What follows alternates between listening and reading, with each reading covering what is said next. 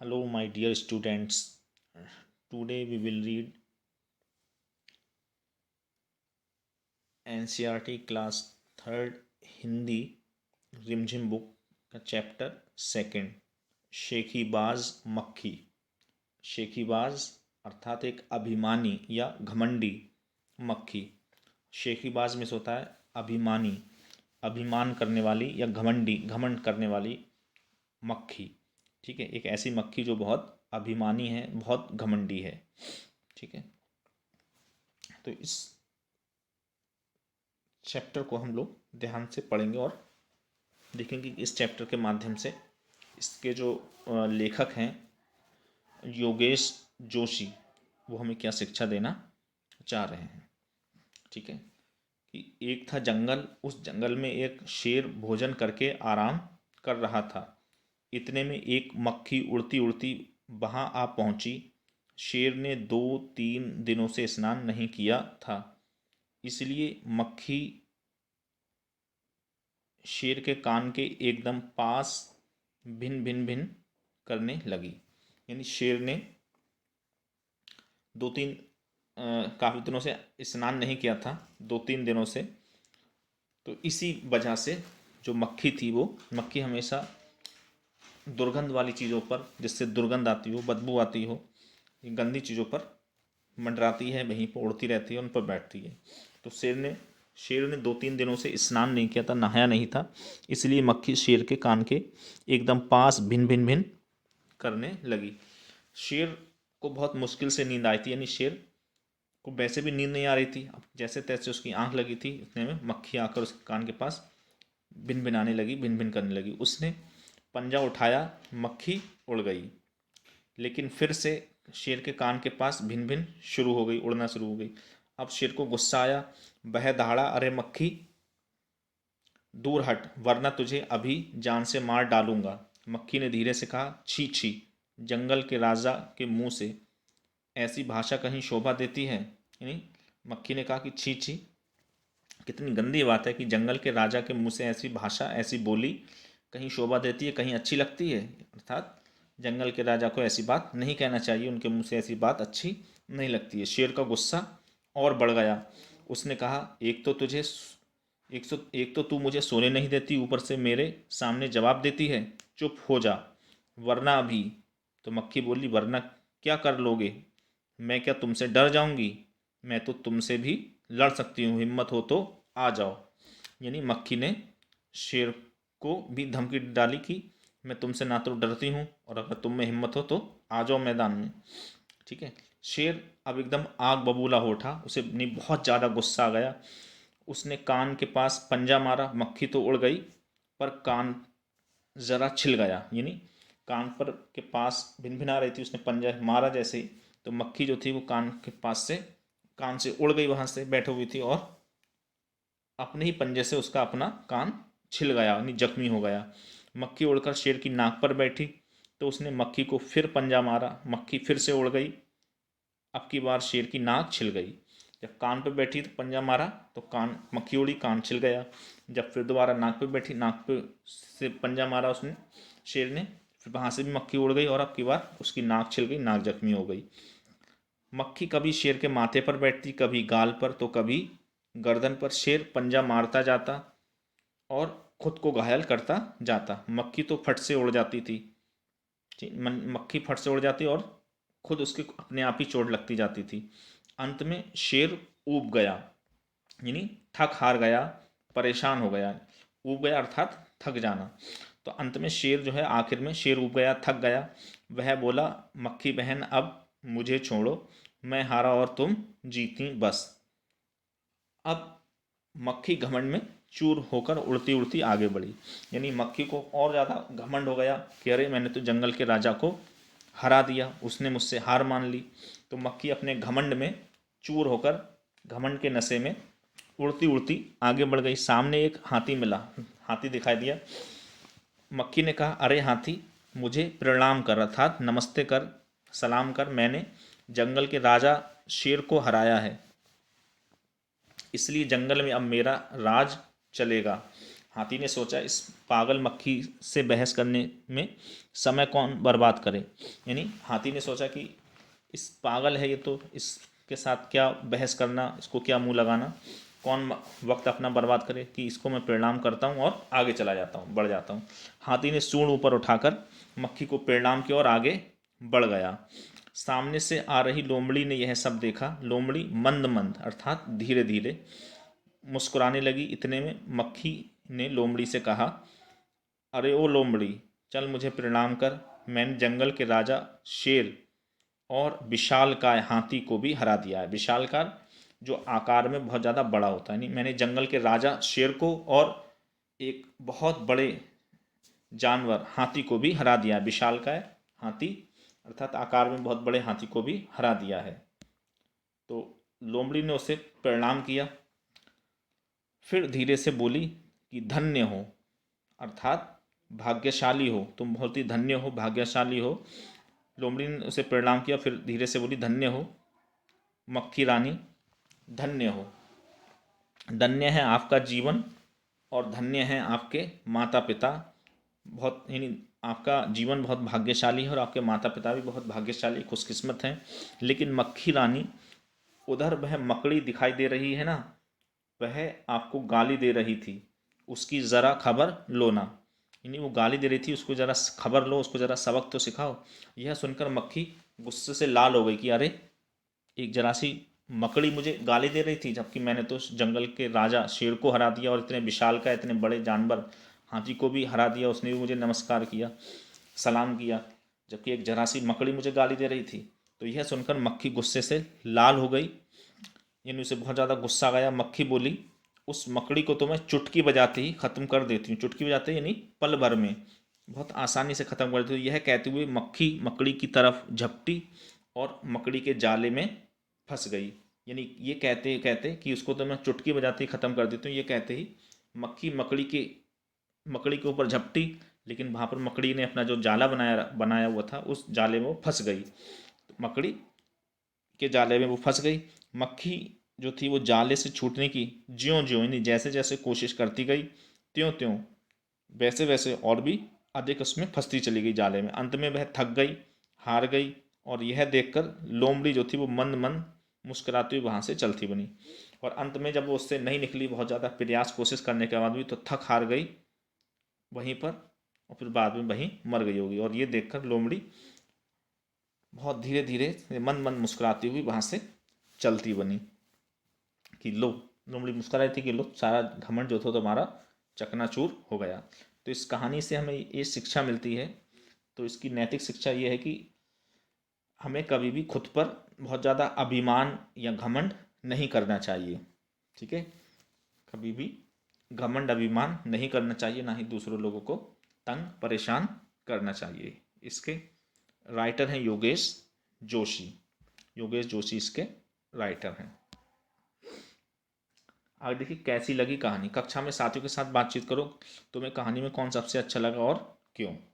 तो तुम्हें कहानी में कौन सबसे अच्छा लगा और क्यों लगा, तो आप बता सकते हैं कि आपको कौन अच्छा लगा। तो आप बता सकते हैं कि मुझे कहानी में सबसे अच्छी लोमड़ी लगी, क्योंकि उसने बहुत ही समझदारी और चालाकी से उस घमंडी मक्खी को मकड़ी के जाल में फंसाकर मार दिया। ठीक है, यानी आपसे पूछा जा रहा है कि तुम्हें कहानी में कौन सबसे अच्छा लगा और क्यों लगा। तो आप बता सकते हैं कि मुझे कहानी में जो है सबसे अच्छी लोमड़ी लगी। अब क्यों लगी, तो बता सकते हैं कि क्योंकि उसने बहुत ही समझदारी और चालाकी से उस घमंड करने वाली मक्खी को मकड़ी के जाल में फंसाकर मार दिया या सबक सिखा दिया।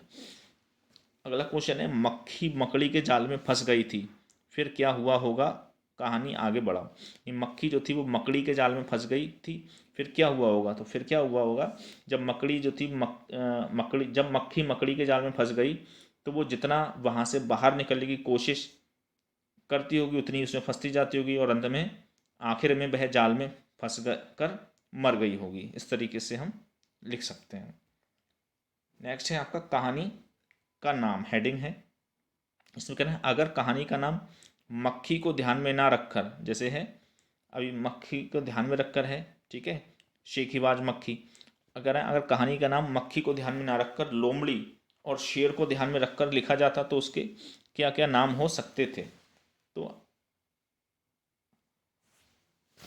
उसके अगर मक्खी को ध्यान में ना रखकर लोमड़ी और शेर को ध्यान में रखकर लिखा जाता तो उसके नाम ये हो सकते जैसे कि चालाक लोमड़ी, ठीक है, चतुर लोमड़ी, ठीक है, या और मूर्ख शेर, ठीक है, डरपोक शेर, ठीक है, इस तरीके से। आगे देखिए, अब तुम कहानी के लिए एक और नया शीर्षक सोचो, यानी कहानी के लिए एक और नया शीर्षक, एक नया टाइटल। यह शीर्षक कहानी के किसी पात्र पर नहीं होना चाहिए, यानी कहानी की किसी घटना के बारे में शीर्षक हो सकता है। तो कहानी के लिए एक ऐसा शीर्षक, एक ऐसा टाइटल जो कहानी के किसी पात्र पर आधारित ना हो, ठीक है, किसी बल्कि कहानी के किसी किस्से पर, एक अंश पर आधारित हो सकता है। तो क्या हो सकता है, जैसे कि मक्खी मकड़ी हाथी इन पर ना हो, बल्कि हम लिख सकते हैं जैसे अभिमान, ठीक है, या घमंड का नतीजा, इस तरीके से अभिमान या घमंड का नतीजा, ठीक है, इस तरीके से।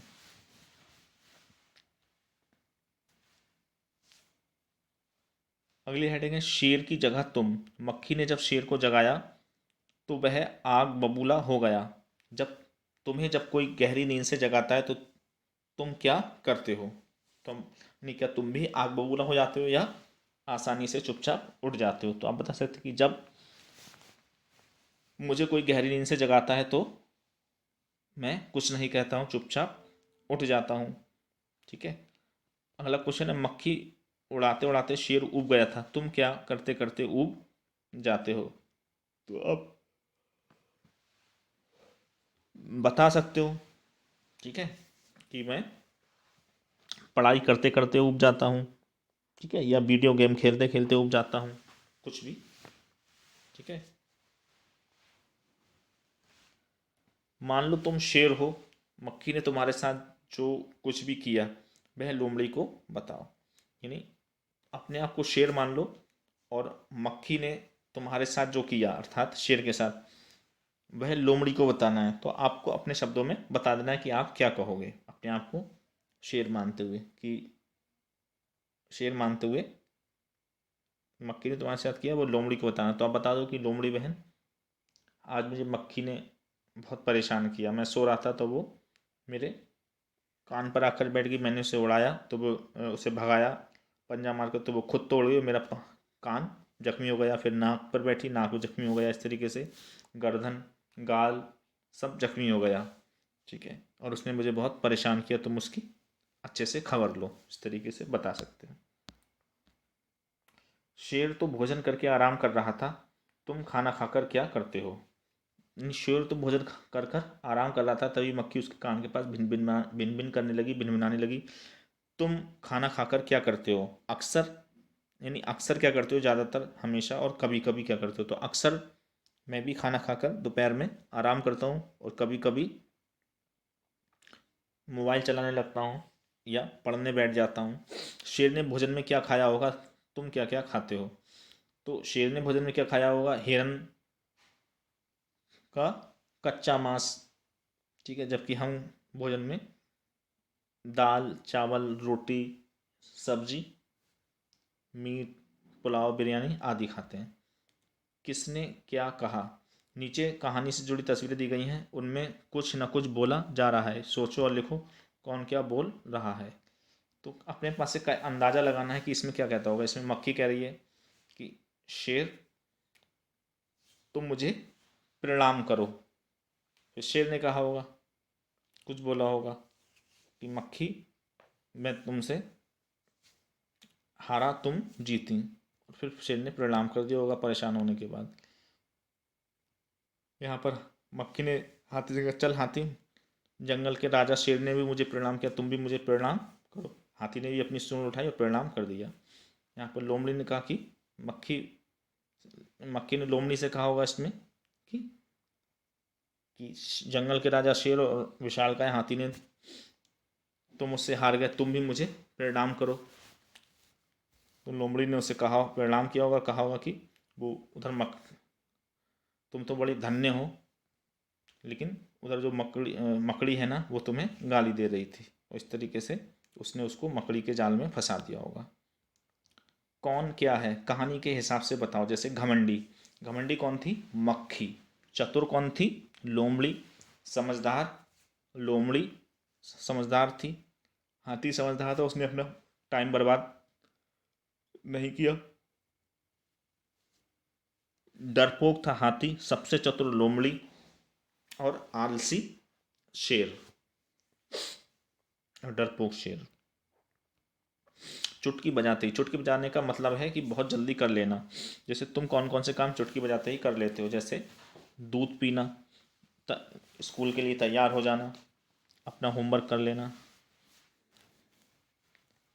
ठीक है। अब तुम अपनी एक टोली बनाओ, तुम में से एक लीडर बनेगा, वह बाकी बच्चों को करने के लिए काम देगा जिसे चुटकी बजाते ही करना होगा। जैसे बाहर से 5 पत्तियां लाओ और उनके नाम बताओ। शेखीबाज मक्खी के पात्रों के नाम बताओ। जो सबसे जल्दी कर ले वह लीडर बने। ठीक है। यानी एक ग्रुप बनाना और उस तरीके से एक गेम खेलना है। इसमें रास्ता ढूंढने का खेल खेलना है। भाषा की बात कह रहा है, इन वाक्यों को अपने ढंग से लिखकर बताओ। जैसे शेर आग बबूला हो उठा, तो शेर आग बबूला हो उठा, इस वाक्य को हमें अपने शब्दों में, अपनी लैंग्वेज में, अपनी भाषा में बता देना है। तो शेर आग बबूला हो उठा अर्थात शेर को बहुत अधिक गुस्सा आ गया। उसकी ज़रा खबर लो ना अर्थात उसे ज़रा सबक सिखाओ ना। उस मकड़ी को तो मैं चुटकी बजाते ही ख़त्म कर देती हूँ अर्थात उस मकड़ी को तो मैं अभी पल भर में ही मार देती हूँ। जंगल के राजा के मुंह से ऐसी भाषा कहीं शोभा देती है अर्थात जंगल के राजा के मुंह से ऐसी बात अच्छी नहीं लगती है। उड़ते मंडराते, इनके पास तुमने अक्सर किन किन को उड़ते मंडराते देखा? जैसे जलते बल्ब के आसपास, तो जलते बल्ब के आसपास कीड़े को उड़ते हुए देखा होगा, मंडराते हुए आसपास छिपकली, कीड़े, भौरे, कीड़े आदि। खेतों में, तो खेतों में मक्खी, मच्छर, तितली, टिड्डे आदि। इकट्ठे पानी के ऊपर भी मच्छर, ठीक है, मच्छर, मक्खी। फूलों पर तितली, भौरे। कचरे के ढेर पर भी क्या होगा? मक्खी, मच्छर, कुछ कीड़े आदि। हलवाई की मिठाई पर मधुमक्खी, ठीक है, मक्खी, ठीक है, आदि। कौन है शेखीबाज? क्या तुम किसी शेखीबाज अर्थात घमंडी को जानते हो? कौन है वह किस चीज़ के बारे में शेखी भगाड़ता है, शेखी मारता है? तो आप अपने किसी जानने वाले को या अपने किसी फ्रेंड के बारे में आपको बताना है कि जो जिस शेखीबाज को तुम जानते हो कि वह बहुत शेखीबाज है, वो अपने इस चीज़ के बारे में शेखी बघाड़ता रहता है। ठीक है। तो ये था आपका चैप्टर शेखीबाज मक्खी। ठीक है। इस कहानी से हमें यही शिक्षा मिलती है कि हमें कभी भी घमंड या अभिमान नहीं करना चाहिए। ठीक है। आई होप आपको ये चैप्टर अच्छे से समझ में आ गया होगा। Thank you for watching this educational video.